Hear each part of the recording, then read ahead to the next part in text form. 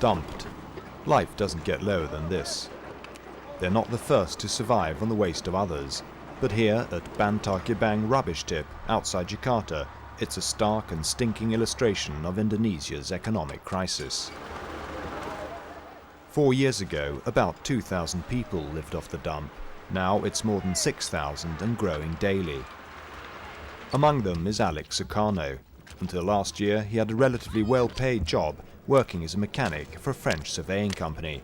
But they pulled out of the country and now he's on the scrap heap. If I don't do this kind of work, my wife and kids won't eat. So I'm forced to do it, whatever it takes. Sometimes when I take a break, all I can do is sit and cry.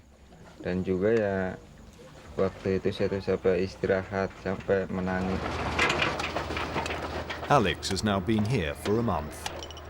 I look on this work as temporary. At the moment there isn't any other work. But once I get a better job, as soon as I find other work, I'll move on. But to where? He'll be lucky to find another job in this increasingly polarized society, where the gulf between rich and poor is ever wider. The plush shopping malls, built in the boom years of the early 90s, are still the place to be seen by the well-to-do.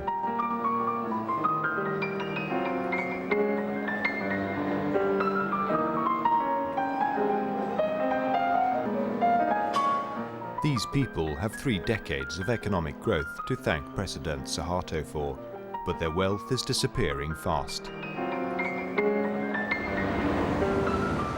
Cash dominates the downtown posters. Economic prosperity under President Suharto, but the reality is that Indonesia's economic crisis is deepening. The rupiah has lost 80% of its value in just a few months. Inflation is rampant and few can afford to buy even the simplest foods. For Alex, it is continuous humiliation, each day returning home to his tiny shack beside the rubbish dump. He tries to wash away what's become of his life.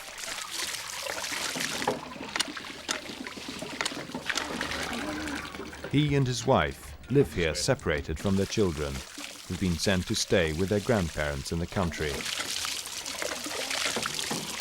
He misses them and his former expatriate workmates.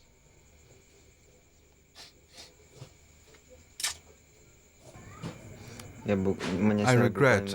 I've enjoyed a good life. I had a fine job before. I also regret that I have to do this job that I'm doing now. It makes me so sad. I can hardly bear to look at the pictures. If most Indonesians have lost faith in their economy, they always have their religion to fall back on.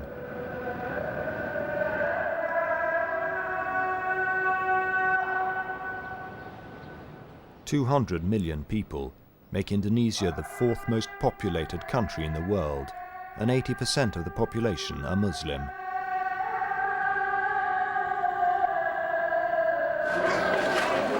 At this mosque in downtown Jakarta, free food packages donated by a Chinese-owned bank are handed out, an attempt to bridge a growing and potentially explosive divide that's opening up between the majority Indonesians and the ethnic Chinese.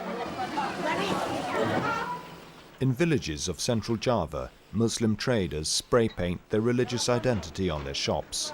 They don't want rioters to mistake them for their Chinese neighbors. Chinese shopkeepers accused of hoarding goods are looted in front of Indonesian police officers. The Chinese, only 5% of the population, dominate 70% of Indonesian business. So many Indonesians blame them for the unemployment and inflation. As their businesses and homes are destroyed, local Chinese take refuge in police stations. I hid myself in the housemaid's toilet because I just wanted to save myself and my children.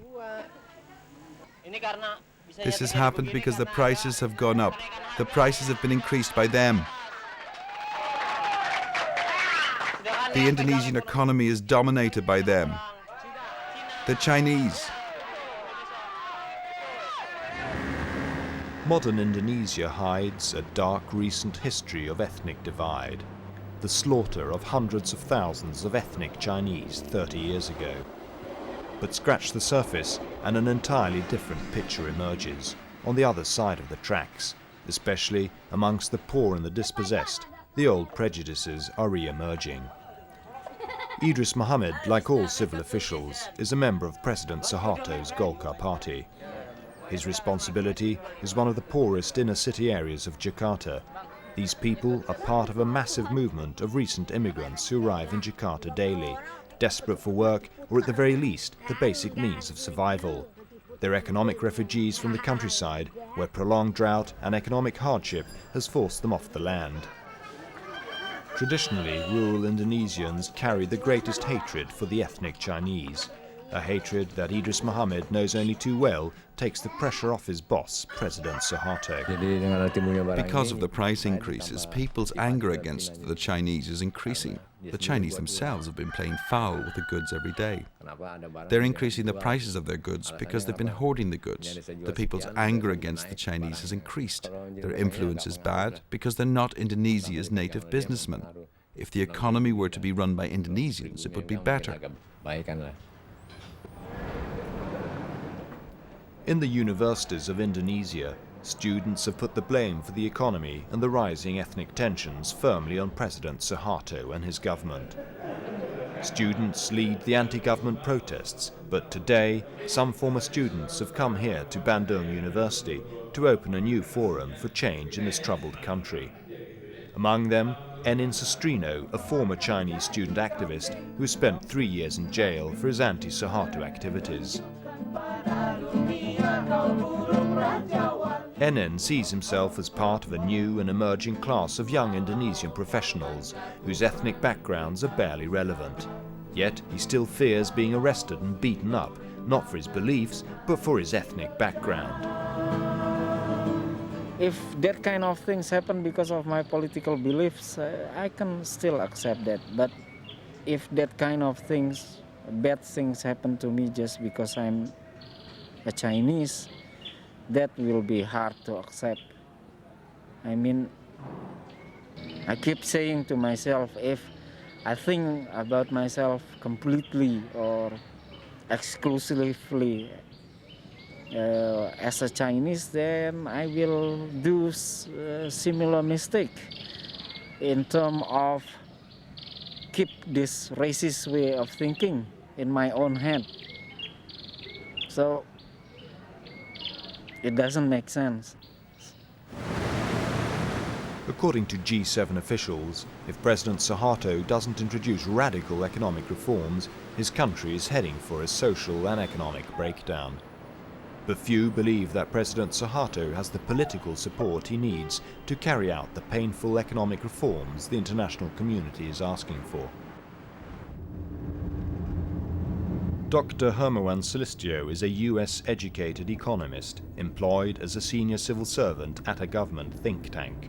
His political masters asked him to investigate the causes of the current crisis. As a result of what his researchers revealed, he's decided to give his first television interview. His employers won't like his conclusions.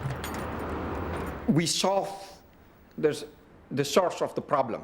That is the national leadership. We change the president, we change the elites, the cabinets and all elites now with a new clean government. That's the source of the problem. There is no way to stop these situations, and then it become riots, mass riots everywhere. Just wait and see.